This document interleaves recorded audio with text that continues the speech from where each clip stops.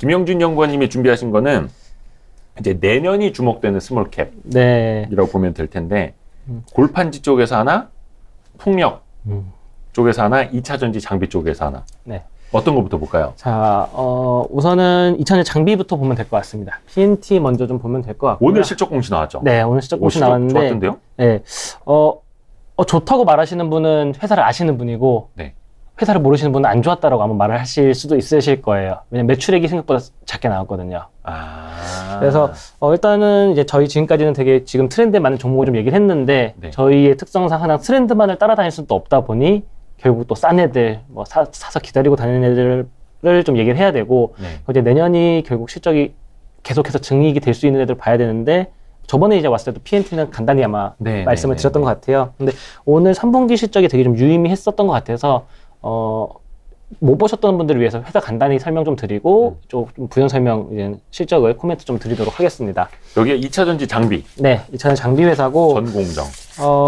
여기 사진이 없는데, 네. 2000년지 요즘 워낙 핫한 섹터죠. 사실 지금 최근에 장이 어려운 와중에도 2000년지 그 산업들은 다들 뭐 주가도 괜찮았고, 특히 소재업체 중심으로 좋았는데, PNT 같은 회사는 이제 2000년지 장비를 만드는데 보통 장비를 말하면은 전극 공정, 조립 공정, 후 공정 이렇게 얘기를 합니다. 네.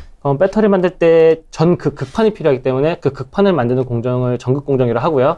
이거를 조립을 해야죠. 조립해서 패키징하고 싸는 거를 조립 공정이라 얘기를 하고, 얘를 마지막에 활성화시키는 공정을 후 공정이라 얘기를 하는데, 저는 그 중에서 일단 전극 공정이 가장 중요하다고 생각을 하고 있습니다. 왜냐하면 난이도도 제일 높고, 뭐 조립을 어떻게 하든 간 어쨌든 극판이 완성이 돼야 되거든요. 네. 근데 그걸 할 수 있는 업체가 국내 뭐 2개사가 상장돼 있고, 비상장사 몇 개, 그다음에 일본 업체들이 주로 있는데, 그 중에서 이제 PNT라는 회사가 굉장히 좀 매력적이다라고 좀 말씀을 드리는 부분입니다.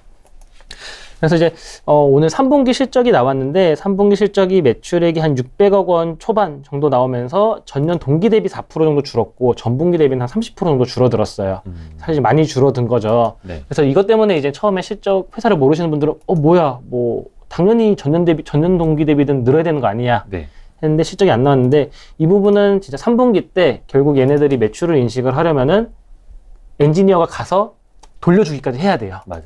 네. 근데 그거를 이제 3분기 때 좀 많이 못하다 보니까 매출 인식이 그냥 4분기로 조금 밀렸다.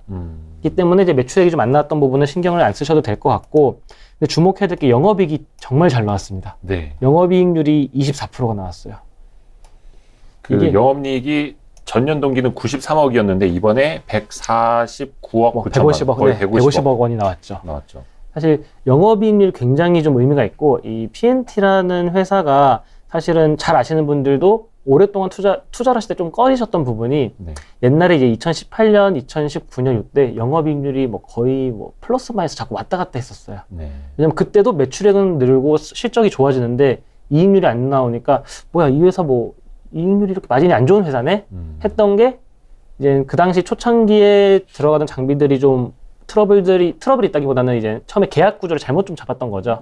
그런 부분 해소되고, 작년부터 좋았던 마진이 올해까지 계속 좋아지고 있는 국면이다. 네. 라고 하는 측면에서 3분기 영업이익률은 약간 서프라이즈가 있습니다. 왜냐하면 3분기 프로젝트들이 마감됐던 게 좀 마진이 좋았던 프로젝트들이 많았다고 합니다. 네. 그래서 24%까지를 계속 유지할 수는 없지만, 저는 원래 2분기까지만 해도 연간 한 15% 정도를 유지할 수 있는 회사다라고 봤는데, 네. 여기서 매출액 사이즈가 늘어나게 되면은 20%까지도 가능한 회사가 될 것 같아요. 그러면은 사실 장비 회사가 20%의 마진을 보유하고 있다는 얘기는 또 다른 얘기로 말하면은 경쟁력이 있고, 네. 제품이 중요한 제품이 된다는 얘기죠. 그래서 일단은 실적이 굉장히 잘 나왔다라고 첫 번째로 말씀드릴 수 있을 것 같고, 저희가 방금 차트를 보여드렸는데 다른 2차 전지 관련주들이 좀 많이 쉬고 있을 때 PNT는 신고가 그렇죠. 계속 가고 있고, 뭐 소재업체랑 비교하기에는 조금 부끄러운 아직 폭이지만, 밸류에이션이나 이런 거는 그렇죠. 소재업체에는 좀 많이 낮긴 합니다만 장비업체의 특성이 있으니까. 그렇죠. 하지만 좀 그럼에도 꾸준히 불구하고 오고 있다는 너무 거. 꾸준히 좋다. 그래서 제가 장비 업종들은 전체적으로 다 봤는데, 네. 장비 업종 중에서 실적을 예상할 수 있는 가능성이 제일 높은 회사예요. 왜냐면 다른 장비 회사들은 이제 전극 공정이랑 후 공정은 수주를 1년 반 전에 미리 받아서 그게 그 다음에 인식이 됩니다, 보통. 네. 그러니까 이제 수주 잔고 보고 되는데, 나머지 회사들은 대부분 수주 잔고가 거의 들어오자마자 매출로 나가고 들어오자마자 나가서 수주 잔고를 베이스로 내년을 예상할 수가 없어요, 잘. 아하. 근데 그럼 PNT가 올해는 아마 작년이랑 비슷한 수준의 매출액 한 4천억 정도를 기록을 할 것 같은데 네. 내년은 어떠냐? 내년은 어떠냐를 보려면 이제 수주 잔고를 봐야 되죠. 오늘 공시 나왔죠 이거. 공시 나왔죠. 수주 잔고 보면은 하면 자 2분기 때 수주 잔고가 6천억이었어요. 근데 3분기 수주 잔고 보시면은 7,500억. 네 아니요 그 밑에까지 합치셔야 됩니다. 그 밑에 이제 중국 법인까지 합쳐야 돼서 중국 법인까지 합쳐서 8,300억 정도 됩니다. 아, 요 두 개 합쳐서. 네. 그러니까 이제 뭐 보시는 분들 이제 다 똑똑하시니까 아실 것 같은데 네. 사실 매출액을 빼고 나서 이제 수주잔고 잡히는 거잖아요. 네. 그러니까 실질적으로 이번 3분기에만 신규 수주가 거의 3천억 근처까지 됐다는 얘기죠. 그러니까 굉장히 지금 트렌드에 맞게 수주가 잘 되고 있고 내년 이익도 굉장히 높다. 그럼 올해가 매출 4천억이면은 보통 2분기랑 3분기 수주 잔고의 평균 정도가 다음 해에 인식이 돼요. 그러면 지금 내년 매출액이 6천억 이상을 얘기를 해봐도 되지 않을까라는 생각이 드는 것 같고, 그러면은 지금 PNT가 히스토리컬 실적 보게 되면은 뭐 영업이익 뭐 작년에 뭐 550억, 뭐 올해 뭐 좀 더 올라가고 그러는데 내년에는 이익률도 개선이 더 될 테니까 1,000억을 보수적으로 볼 수 있지 않을까라는 생각이 좀 듭니다. 영업이익 1,000억을. 그러면은 내년 밸류에이션이 10배 정도밖에 안 돼요. 주가가 지금 이렇게 올랐는데도 불구하고. 작년 매출액이 한 3,500억 정도 됐고 영업이익이 한 460억 정도 됐었는데 이제는 뭐 매출액 한 6천억 넘어가고 영업이익 뭐 1,000억 1,000억도 볼 수 있는 네. 수준까지. 올라간 것 같습니다. 이게 장비 회사들은 뭐 PNT, 그러니까 CIS도 그렇고 PNT도 그렇고 수주 잔고가 나오니까 개인 투자자분들이 어떻게 보면 이제 실적 예측하기가 상대적으로 용이하기는 한데, 다만 소재주 밸류에이션보다는 장비주 밸류에이션 굉장히 낮죠. 그래서 그 낮은 이유를 이제 한 두 가지 정도로 좀 볼 수 있을 것 같아요. 네. 첫 번째는 플럭추에이션이 굉장히 심합니다. 그러니까 뭐 반도체 장비나 디스플레이 장비도 보면은 2년 정도는 실적이 좋고 2년 정도는 실적이 안 좋아요. 근데 PNT 실적 보시면은 매출액이 2017년, 16년 이후로 매출액이 줄어든 적이 한 번도 없습니다. 그러니까 일단은 전방산을 원체 좋으니까. 전방산이 워낙 좋고, 그러니까 뭐 반도체나 디스플레이는 캐펙스 뭐 2년 동안 하고, 증설 2년 동안 하고, 또 2, 3년 쉬고, 2년 하고 이렇게 되는데, 지금 2025년 정도까지는 그냥 증설량이 유지도 아니고, 연 단위로 좀 계속 계산식으로 늘어나는 그림인 것 같아요. 그리고 현재 2차전지 장비 업체들은 주요 고객사 국내 3사입니다. 네. 아직까지 해외로 많이 안 나가고 있다는 얘기죠. 네. 근데 국내 3사 증설도 늘어나는 국면인데, 계속 늘고 여기서 해외가 붙으면은 플러스 알파로 실적이 계속 계산식으로 늘어나죠. 그러니까 밸류에이션 할인이 이렇게까지 돼 있을 이유는 없다라고 저는 좀 생각을 하고 있는 부분이고, 그게 이번 3분기 때 좀 많이 드러났던 게 주요 2차전지 장비 업체들 중에 수주했던 곳들이 빈페스트 아니면 미국 업체들, 이렇게 베트남이나 뭐 미국 이런 현지 업체들이랑도 얘기를 하고 있거든요. 그러니까 저는 확장기라고 보고 있고, 이게 수주 잔고 계속 쌓이는 거 보면서 저는 지금 아마 이번 3분기 보시면서 아마 좀 생각들이 많이 바뀌었을 거예요. 밸류에이션 이렇게 싸게 줄 수 없다고. 그러면 이제 지금 그대로 가면은 정말 뭐 2,000원 소재처럼 막 60배 이렇게 막 주가가 막 1년 동안 막 몇 배 이렇게 안 가더라도 꾸준히 2배 뭐 또는 좀 더 많이를 갈 수 있는, 그러니까 부담이 없는 회사다라고 말씀드리고 싶습니다. 그렇죠. 뭐 이렇게 PNT가 반도체 장비도 같이 하잖아요. 근데 반도체 장비 쪽은 좀 사이클이 있기는 합니다만 2차 전지는 아직은 사이클이 없으니까. 그래서 그 부분이 좀 주목이 돼야 되지 않을까 생각이 드는 것 같습니다.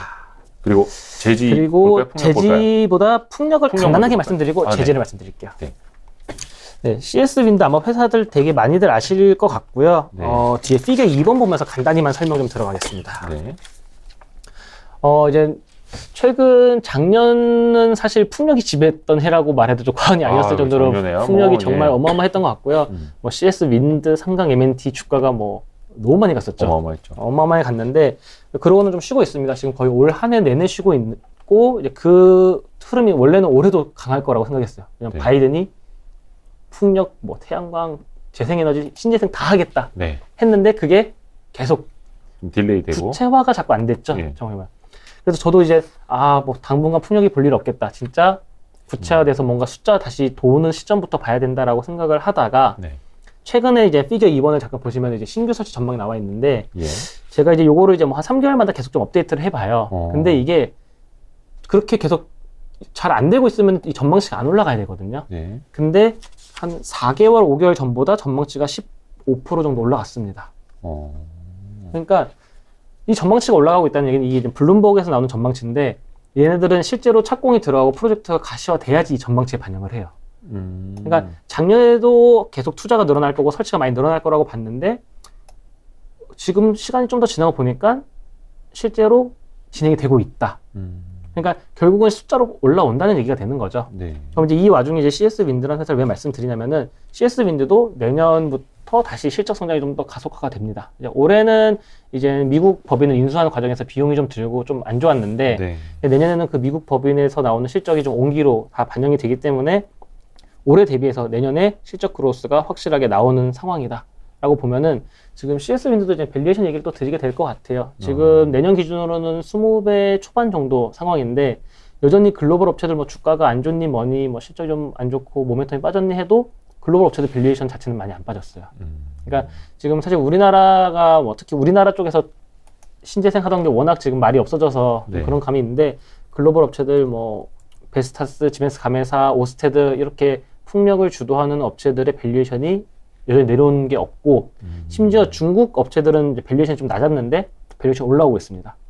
그런 측면에서 지금 정도 구간에서는 그냥 바텀콜 정도는 할 수 있을 것 같다. 그래서 3분기가 생각보다 실적이 안 좋았어요. 이제 사람들이 생각했던 것보다 이것도 마찬가지로 코로나가 또 껴 있습니다. 네. 껴 있는데 3분기 안 좋았던 거 4분기에 웬만하면은 메이크업을 할 생각이 회사가 아마 할 수 있을 것으로 보이고 그럼 3분기 바텀으로 지금부터는 살 수 있는 구간이지 않을까라는 측면에서 CS님도 간단하게 좀 말씀드릴 수 있을 것 같아요. 바텀콜이라는 건 이제 좀 빠질 만큼 빠졌다. 그렇죠. 이제부터 좀 바닥을 좀 잡아가자. 네. 그런. 좀 뭐 지금 이제 워낙 핫한 종목들만 좋아하시다 보니까 네. 사실 이런 쪽으로 좀 눈이 안 가는데 이런 종목들을 하게 되면 되게 편안하거든요. 그러니까 아까 또 잠깐 NFT 얘기를 하자면은 네. 뭐 좋을 때 하루에 20% 가네 또 하루에 오늘 빠질 때 또 15%씩 그렇죠. 빠지잖아요. 변동성이. 그러니까 이거를 뭐 미리 산 사람들이야 좀 버틸 수 있는데 사실 데일리로 뭐 일주일 단위로 하기 너무 힘든 회사들이기 때문에 이 차트가 음. 연봉이거든요, 연봉. 지난해 390% 올랐던 CS 윈드. 올해는 29% 정도 많이 빠지긴 했는데. 빠졌죠. 예. 올해 좀 많이 빠지기는 해서 좀 쉬어가기는 합니다만, 네.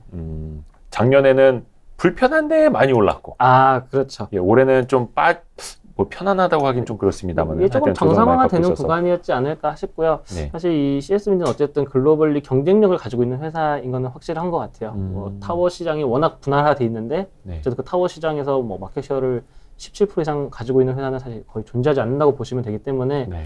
그러면 저희 이제 투자할 때 특히 미국 주식 하시는 분들 그렇게 많이 하시잖아요. 네. 네. 네. 아, 국내 뭐 살까 하다가 에이 그냥 미국에 있는 1등 기업 사자 이런 식으로 투자 많이 하시는데 네. 이런 풍력 발전에서 타워 쪽 영역에서는 그런 회사가 이제 우리나라에 있다. 그리고 뭐 앞으로 추가적인 사업 확장도 계속 고민을 하는 것 같아요, 회사가. 추가적인 M&A 이제 뭐 아마 지역을 넓히기 위한 M&A를 좀 더 준비하는 것 같습니다. 그러면은 풍력 타워 업체들 중에서 뭐 넘버원이 계속 될 수 있기 때문에 지금 20배 정도에서 밸류에이션은 뭐 부담 없이 한번 접근해 볼 수 있는 밸류에이션이 아닐까라는 생각입니다. 네. 그리고 골판지라고 골판지. 봐야겠죠? 네, 그렇죠. 전체적인 네. 재질보다는. 골판지 회사라는 측면에서 이제 아사제를 자료를 뭐 최근에 썼고요. 네. 골판지 산업도 좀 계속해서 좋게 봐야 된다라는 네. 측면에서 지금 이제 산업 자료를 좀 준비를 하고는 있습니다. 왜냐면 이 산업을 되게 정말 깊이 있게 디테일까지 한번 좀 다 보고 싶어서 골판지. 좀 보고 있는데 네. 골판지도 물론 지금 주가가 너무나 싼 구간에서 편한데 산업 자체가 굉장히 좋은 것 같아요. 이게 저희가 골판지 업종을 사실 좋아하시는 분도 많고 안 좋아하시는 분도 많으세요. 전통적인 사실 가치주 성격의 종목이긴 한데 뭐 거래도 많이 없고 이거 뭐 재미없는 산업이다라고 해서 작년인가 좀 많이 핫했었는데 올 초에 작년 말부터 올 초에 초. 많이 핫했죠. 그래서 그 농담반 진담반 그 얘기 아세요? 제지주에 투자하면 좋은 점? 어떤 가치 투자자로 보인다. 안 좋은 점은 뭘까요? 제지주와 시멘트주에 투자하면 좋은 점이 가치 투자자로 보인다는 점이에요. 근데 그쵸. 이게 또 제지가 골판지가 좀 테마 탈 때도 있고 흐름 탈 때도 있고 막 오르락 내리락 많이 하고 좀 그러잖아요. 그렇죠. 예. 그래서 이제 그 부분을 먼저 말씀드리면 사실 그 부분 때문에 이제 다들 좀 밸류에이션이 낮은 것 같아요. 그리고 이제 제지라고 했지만 사실 일반 제지랑 골판지는 좀 다릅니다. 이게 제지 시장을 간단하게 말씀드리면은 그냥 인쇄용지. 네. 신문지, 네. 그 다음에 골판지 이렇게 나눌 수 있는데 네. 골판지가 비중이 제일 커요. 50% 정도 됩니다. 그러니까 전체 재지 중에서 골판지 제일 크고 그건 산업에서요? 아니면 아세요 재지? 산업에서. 전체 네, 산업에서? 산업에서. 이 전체 재지 산업에서 골판지가 일단 제일 네. 크고요. 네. 그리고 재지 산업이 전체 재지 산업은 아주 GDP만큼 조금씩만 성장했어요. 근데 아까 말했던 신문지나 인쇄용지 당연히 줄어들고 줄어들었겠죠. 있고. 이거를 골판지가 메이크업하고 있는 겁니다. 그래서 저희 당장 뭐 이제 문서 많이 안 쓰잖아요. 네. 물론 인쇄 많이 하지만 문서 많이 안 쓰고 신문 안 보니까 저희가 아는 전통 재지 산업은 사실 다운 사이클을 좀 가고 있다고 봐야 돼서 네. 저희가 흔히 하는 전통 재지 산업은 특수지를 이제 중심으로 많이 하려고 하고 있죠. 특수용지를 많이 하려고 하고 있고, 근데 골판지는 뭐 택배가 뿐만 아니라 사실 여러 가지 물류나 뭐 재활용적인 측면에서 그냥 꾸준히 수요가 많이 늘어나고 있기 때문에 계속해서 증가를 하고 있다. 그래서 일단 산업이 이게 다운 사이클을 가지는 못할 산업인 것 같아요. 지금 워낙 환경적인 문제도 있고 많다 보니까 이 골판지 자체에 대한 수요는 계속해서 늘어날 수밖에 없다라는 측면에서 일단 산업이 꾸준히 좋다를 첫 번째로 말씀을 좀 드릴 수 약간 있습니다. 근데 그런 우려 있잖아요. 원체 그 작년에 그렇죠. 팬데믹 상황에서 언택트 수요가 급증하면서 골판지 수요도 좀 많이 늘어났다. 먼저 일어난 것 아니고 이거 역시 또 뭐 피크아웃 이렇게 또 비교될 그거를 수도 이제 있는데. 피크아웃으로 보실 수도 있는데, 네. 근데 이제 골판지 수요에 대해서 먼저 좀 피크아웃이 아니라는 거 먼저 말씀드리면은, 골판지를 얘기하면 항상 택배를 얘기를 많이 하세요. 네. 근데 전체 골판지 수요 중에 택배가 차지하는 비중이 그렇게 크지 않아요. 아 그래요? 네. 지금 추산되기로는 한 7% 네? 정도밖에 안 됩니다. 전체 골판지에서 택배가 차지하는 비중. 이제 7%밖에 안 돼요? 네. 그러니까 이 택배를 이제는 진짜 모든 택배로 다 분류를 하면 그렇게 되는데, 네. 사실 이런 거 있잖아요. 그 택배 물량을 조금 그 함정이 있는 게, 저희 원래 상품 자체가 박스화 되어 있잖아요. 그렇죠. 그거는 이 상태로 가는 겁니다, 그냥. 아. 그러니까 이거를 이 골판지 협회에서 분류하는 이 7%는 사실 정확하게 이 택배 산업 자체에서만 발생하는 물량이라 좀 보셔야 될 것 같아요. 그러니까 저희 그냥 냉장고 사면 냉장고도 골판지에 포장되어 있잖아요. 네네. 그럼 그게 이제 뭐 냉장고로 택배로 가면 좀 그렇지만, 그게 택배로 오면은 아. 이거는 이 전자 제품의 수요인 거죠. 그러니까 택배 물량이 늘어서라는 관점에서 택배가 많이 되니까 골판지 수요가 늘어나. 물론 조금 있어요.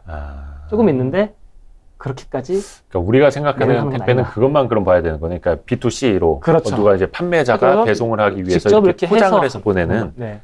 그러니까 저희 그냥 박스로 돼 있는 거 그냥 붙여서 보내기도 하잖아요. 네네. 업체에서 보내주기도 하고. 예. 그러니까 근데 저희가 흔히 하는 택배 물동량에는 사실 그게 다 포함된 물동량이니까 실제로 택배 자체가 골판지 산업에 줬던 영향은 저희가 좀 과대평가하는 경향이 있다.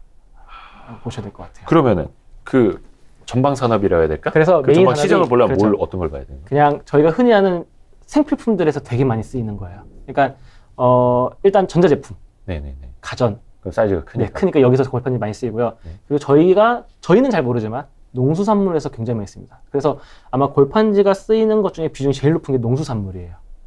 오 그래요? 네, 왜냐면 저희는 이제 농수산물 그냥 뭐 시장 가서 사고 하는데 다 나를 때 박스로 포장돼서 날려지고 많이 돼요. 그래서 이게 지금 내년에 근데 일단은 여러 가지 측면에서 또 얘기해야 되는 게 지금 가전 쪽은 사실 피크아웃 우려가 있을 수 있을 것 같아요. 네. 왜냐면은 코로나 때문에 가전을 올해 예. 워낙 많이 썼다 그래서 제가 그냥 거기까지는 아직 리서치가 덜 됐는데 가전 쪽은 피크아웃 우려가 조금 있을 수 있는데 택배가 이거 코로나 끝나서 택배가 줄어들까요? 이거를 줄어든다고 말하실 수 있는 분은 글쎄요. 그렇죠. 이거를 전문가 많아지고. 근거를 가지고 속도가 줄어들 수는 있을 거예요. 작년에 그러니까 그리고- 증가 속도는 네, 줄어들 수 있지만 이 시장이 갑자기 택배 시장이 줄어든다라고 말하기에는 그냥 늘어날 거야. 사실 이거는 뭐 예측할 수 있는 게 없으니까. 근데 GDP가 줄어들고 경제가 다운사이클 가는 중에도 사실 택배는 늘었으니까 네. 이거를 택배를 줄어든다라고 피크아웃을 얘기를 하는 거는 늘어난다는 것보다 사실 저는 로직이 더 많이 필요하다고 생각을 해요. 그래서 가전 쪽은 피크아웃 이슈 오케이. 네. 자, 인정하는 부분입니다. 근데 농산물 쪽에서 이제 올해 말부터 이제 12월이 조금 있으면 오는데 배추 하차 거래라는 게 시작이 돼요. 그게 배추 하차 거래요? 네. 그래서 약간 농산물 쪽에서 많이 쓰인다 그랬잖아요. 네네네. 그럼 원래는 기본적으로 과일이나 농산물 같은 거는 그냥 트럭째로 팝니다. 망에 덮여 있는 채로 네네네. 트럭째로 넘어가요. 네. 이제 그거를 정확히는 이제 그 상차 거래라고 하는데 이거를 그렇게 하니까 뭐 제품 관리도 안 되고 퀄리티도 관리가 안 되는 거죠. 그래서 이거를 박스 단위로 포장해서 하게 이제 정부에서 정책을 이제 올해 초부터 얘기를 했고 그게 12월부터 시행이 됩니다.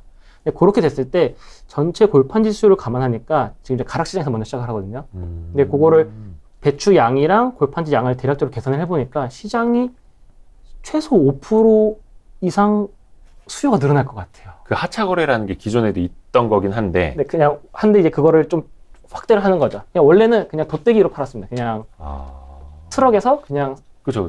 딱 네. 팔았는데 이걸 이제 분류해서 10kg 단위에 포장해서 이거대로 제품대로 좀 파는 그냥 거래 방식은 좀 더 제가 이제 디테일하게 확실하게 더 봐야 되는데 이제 그런 식으로 바뀌면서 러프하게 추정을 한 결과 시장 자체가 저는 수요가 5%밖에 늘어날 수 있을 것 같아요. 그러니까 골판지 시장이 증가 단하면 역성장한 적이 없는데 수요는 증가를 한다고 저는 봐도 되는 상황인 것 같습니다. 하차 거래라는 것도 좀 처음 들어봐요. 네, 예, 이게 이제 아마 12월에 시작되면은 이게 계속 저도 예전에 리포트 했었고 그 전에 나왔던 아세제지 그런 골판지 업종 리포트에도 나왔던 얘기인데 네. 이제 시행되고 실제로 이게 반영되면은 좀 더 부각이 될 거예요. 그래서 수요 측면에서 우려할 게 없다. 그럼 이제 공급 이슈가 있는데 이제 골판지 업종이 작년 말부터 올 초에 좋았던 게 원지 업체 대양재지라는 회사가 불이 났어요. 예, 한번 화제가 네. 난 적 있죠. 근데 불이 나면서 얘네가 또 전체 캐파의 한 5% 이상을 차지하거든요. 네. 이 5%가 없어지니까 공급이 5% 줄어드는 거죠. 그 되게 큰 거죠. 크죠. 공급에서 5%면. 이게 네, 공급을 늘릴 수가 없는 산업이에요. 네. 그러니까 진짜 그냥 공급 그냥 초직이라는 게 그냥 전소되는 상황이라서 이 5% 줄어들었던 것 때문에 막 지금 골판지 부족 현상도 예, 일어나고 예. 뭐 그런 게 발생했던 거죠. 그래서 이제 국내 제지업체들이 주가가 되게 좋았던 건데 근데 일단 이게 지금 수리할 기미가 아직은 보이지 않아요. 그리고 수리를 해도 들여오고 돈 투자가 수천억 단위로 들어갑니다. 그러면은 저는 차라리 이 스퀴즈 된 상태에서 돈을 더 버는 방향을 택할 것 같아요. 그리고 또 하나가 공급이 늘어나기 힘든 게 얘네 이런 이 골판지를 만들려면은 소각로가 있어야 돼요. 아, 골판지를 만드는데 소각로가 네, 필요해요? 왜냐면 폐지들 뭐 하고 하니까 결국 남아있던 거를 좀 태우고 해서 안에 폐지로 좀 소각로, 많이 네, 만드니까. 소각로도 다 갖춰야 됩니다. 근데 소각로가 환경적인 문제가 있는 환경적인, 이슈죠. 네, 네네. 그렇기 때문에 추가적인 업체들이 골판지 원지 쪽에서 뭐 할 수가 없어요.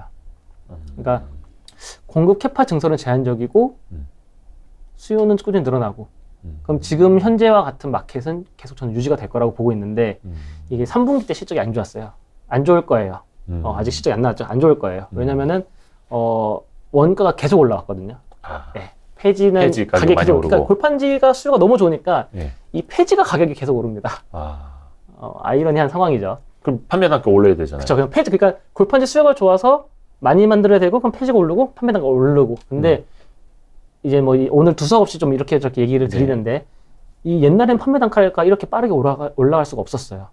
예. 왜냐면은 골판지를 만드는 그 이제 단계를 좀 설명드렸는데 폐지로 골판지 원지를 만듭니다. 예. 얘를 가공해서 상자를 만드는 거죠. 그렇죠. 옛날에는 그 상자 업체들이 되게 많았어요. 그러니까 이 원지 업체들도 그렇고 상자 업체들은 가격 경쟁력을 많이 못 가져갑니다. 왜냐하면 전방사가 기업들이 많으니까, 있고 너무 많기 많으니까. 때문에 너희 아니면 얘네한테는 옛날에 그래서 가격 경쟁이 없었는데 네. 지금 2006년부터 이 골판지 업계들은 M&A가 계속 됐고 네. 그 과정 중에 막 스프레드가 좋았다 안 좋았다 하면서 업체들이 좀 많이 이렇게 M&A가 되고 합쳐졌어요. 그래서 유의미한 되게 숫자가 이거를 이제 일관 업체라 그럽니다. 원지부터 포장까지 하는 업체들. 그러니까 포장만 하는 업체들은 엄청나게 많아요. 막 수천 개가 있습니다. 근데 원지 생산부터 원단 만들어서 상자까지 하는 이걸 일관화된 애들은 점유율이 2000년 중반에 뭐 50% 근처에서 지금 70% 넘게까지 올라왔어요. 그러니까 이제 이 말이 뭐냐면은 올해 막 골판지 모자라다는 얘기들이 되게 많았거든요. 네. 작은 업체들은 골판지 못 구합니다. 수직 계열화가 되어 있지 않으면은 못 구하게 돼요. 그 박스를 네. 만드는 회사들이 원지를 못 구하지 구하는 못해서 거죠. 박스를 못 만드는. 그렇죠. 그래서 그 일관화되어 있는 회사들이 그걸 다 할 수 있으니까 이런 가격 상승 체인에서 원가가 올라가고 판가가 어떻게 될지 모르고 이런 상황에서 되게 안정적으로 이익이 나와버리는 거죠. 그러니까 폐지, 원지, 박스 이렇게. 네. 그 국면에서 옛날에는 뭐 원지 업체들도 가격을 못 올려. 왜냐면 뭐 서로 되게 뭐 업체들이 많으니까. 네. 근데 그런 측면에서 이제는 이 골판지 업계가 어느 정도 마진을 안정적으로 가져가고 구조가 되게 안정화되고 있다. 그러면은 옛날에는 그래서 이제 화학 업체 같았어요. 폐지 가격이 언제 오를지 언제 빠질지 잘 모르거든요. 그러니까 폐지 가격이 빠지면 스프레드 벌어서 이익 좋아지고 네. 다시 폐지 가격이 오르면 판가에 반영 잘 못하니까 이익도 줄어들고 그 지겹죠. 투자자들이 그 계산하기 지겨운 힘들고. 세상이 있었는데 이제 아하. 그게 레벨이 한 단계 올라온 상황인 것 같아요. 완전히. 그걸 일관화돼 있는 그 네. 서플라이 체인을 다 갖고 있는 그 회사들이. 회사들은 이제는 그러한 데서 좀 자유로워지고 있다. 아, 그래서 지금 아세아 제지가 이제 2018년에 영업이익이 한 1,000억 정도 나왔었거든요. 그리고 2019년, 2020년에 이제 700억, 600억으로 빠졌어요. 그리고 저는 올해는 거의 뭐 또 1,000억 근처에 영업이익이 나올 것 같은데, 네. 근데 올해가 작년이나 재작년보다 막 마진 스프레드가 좋았던 구간은 아닙니다. 네. 근데도 불구하고 이익이 늘어났어요. 올해 들어서. 네. 그 이유는 매출 사이즈도 커졌고, 네. 마진 스프레드를 판가에 잘 반영하면서 안정적으로 가게 되는 구조가 된 거죠.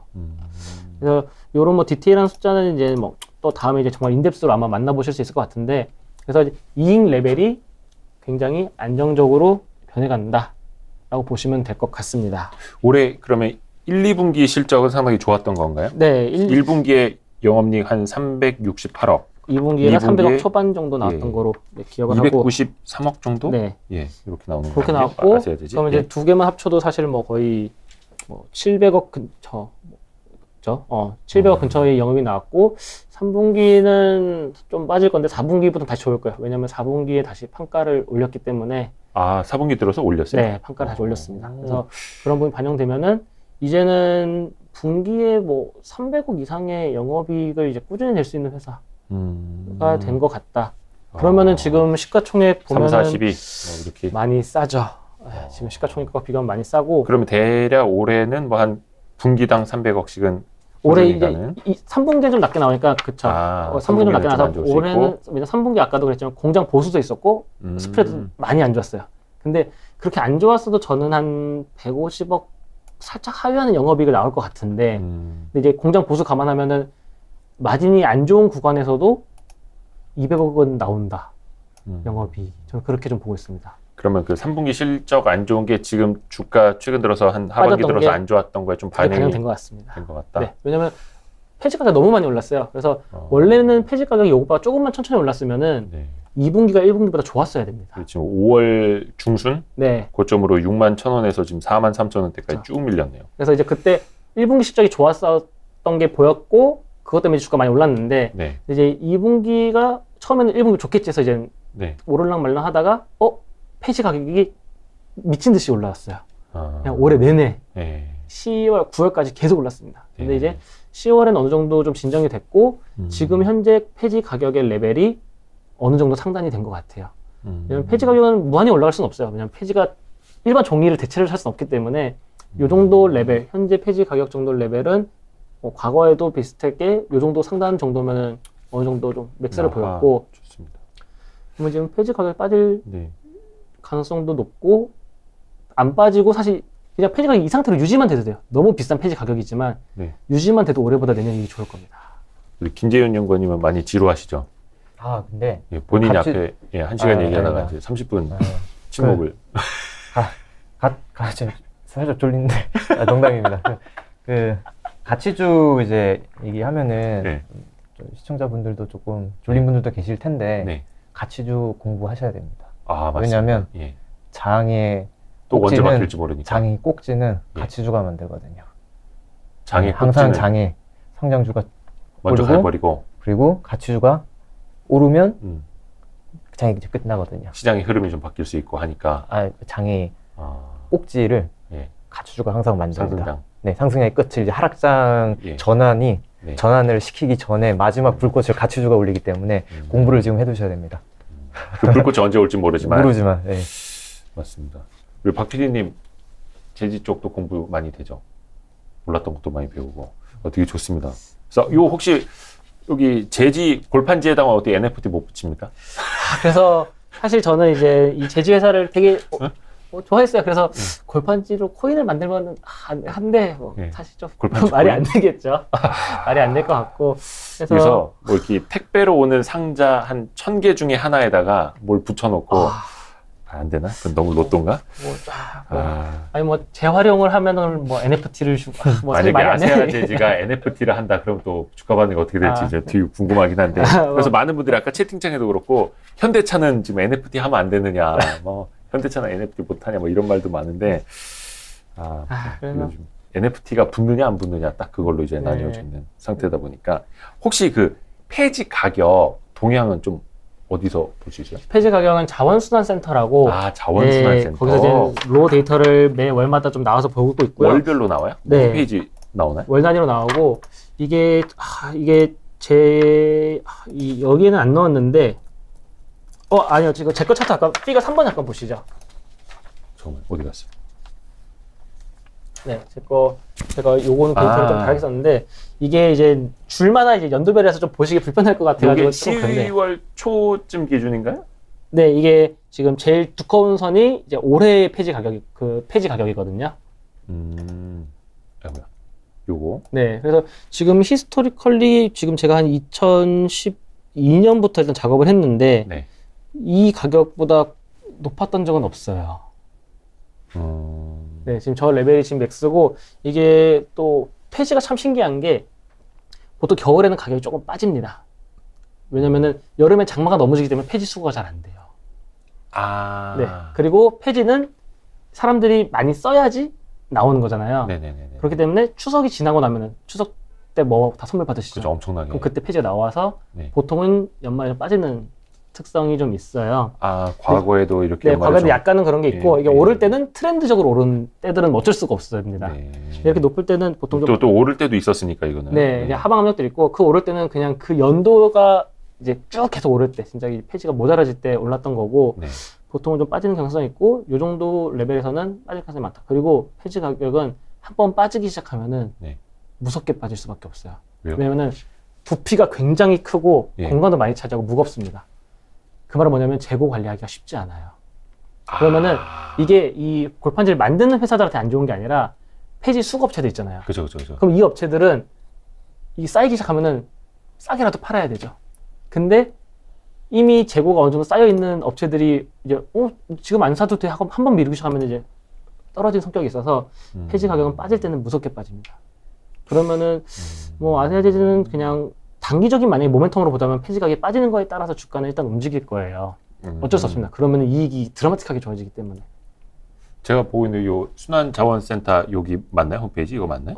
순환자원정보센터. 거기서 거기서 이제 오른쪽 뭐 자원순환 정보 가시면은 그게 아마 숫자로 떠 있을 건데, 네, 그게 지금 이렇게 봐서는 좀 찾기가 좀 힘들고. 재활용 가격이나 뭐 하여튼 여기 어딘가에 있다는 네. 거죠. 저 나중에 한번 찾아볼게요. 왜냐하면 이런 식으로 데이터를 찾아보는 것도 필요해가지고. 네, 그래서 이제 뭐 월마다 뭐 보고서도 나오고 해서 뭐. 여기 나오네. 네, 그렇게 해서. 네, 이런 식으로 해서 뭐 여기 자원순환 정보, 재활용 가격 이렇게 들어가니까 이것도 뭐 PDF 파일로 다운을 받을 수도 있고 네. 폐지 신문지 얼마, 폐골판지 얼마, 월별로 동향 이렇게 나오는구나. 그러니까 저는 재지주 투자를 거의 해본 적이 없어가지고 근데 이걸 한번 투자해 보시는 분들은 또 관련된 가격들, 동향들 이렇게 즐겨찾기 해놓고 뭐 일주일에 한 번이라도 이제 체크는 하셔야 되니까. 그래서 참 약간 전통적인 종목이죠. 약간 베이직한 네, 회사고 뭐 너무 심플하게 그냥 PQC로 정리가 되는 회사다 보니까 그 재지 관련주들 많기는 한데 네. 그 중에서 아세아 재지를 보시는 거는 아까 말씀하신 것처럼 뭐 일관화가 돼 있기 때문에 사실은 국내 상장돼 있는 골판지 회사들은 다 일관화가 되어 있긴 합니다. 다 일관화가 되어 있긴 한데 네. 이거는 일단은 제일 1등 회사고요.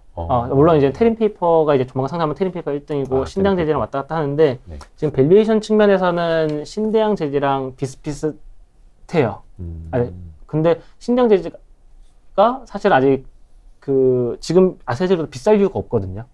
왜냐면 신대양 재지는 지금 대양 재지, 아까 대양 재지 화재가 신대양 재지 밑에 있는 대양 재지가 네. 화재가 난 거라서 옛날에는 신대양 재지랑 아세아 재지가 비슷했어야 되는데 지금은 사실 신대양 재지가 아세아보다 시총이 높을 이유가 없는데 지금 너무 비슷하게 붙어 있는 것 같습니다. 그런 측면에서 신대양 재지 시총 한 3,500억 안팎이고 아세아 재지는 4,000 조금 안 되나? 예. 그래서 3,900억. 사실 이것보다 차이가 저는 많이 벌어지는 구간인 것 같아서 밸류에이션 매력도가 아시아제가 조금 더 높다고 보고 있고 아하. 그리고 이제 밑에 이제 작은 회사들 좀 많이 있습니다. 뭐 대림이나 뭐 한국 수출보다 이렇게 있는데 네. 일단은 완전히 저는 일관화되어 있고 사실 움직이면 제일 대장님이 먼저 움직이실 것 같아서 밸류에이션이 사실 선도 업체. 그렇게 크게 차이들이 안 납니다. 많이 안 나고 예. 그러면은 제일 안정적이고 요거 음. 재무적으로도 제일 깔끔한 회사라는 음. 측면에서 말씀드리기 좀 좋게 볼 수 있을 것 같습니다. 저도 사실 언젠가 한번은 좀 제지주 공부를 좀 해야지 싶었는데 좀 글로 보는 거는 좀 있었는데 잘 이해가 안 갔는데 이야기를 이제 설명을 들으니까 정말 쉽게 잘 들어오네요. 이제 저도 제지주 투자하고 같이 투자자가 될 수 있을 것 같습니다.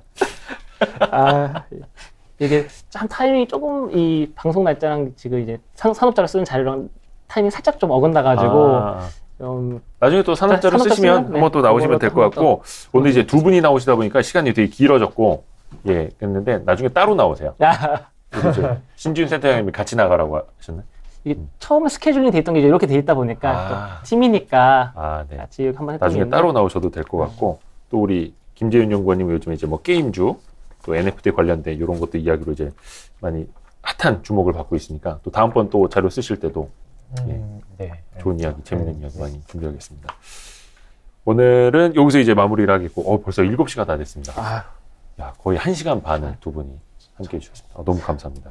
그래서 항상 KTB 투자증권에서 우리에게 이제 큰 도움을 주고 계시고요. 스몰캡 쪽을 담당하고 있는 김재윤 연구원 그리고 김영준 연구원 두 분 너무 감사드립니다. 고맙습니다. 감사합니다. 이제 퇴근하셔도 됩니다. 고맙습니다. 감사합니다.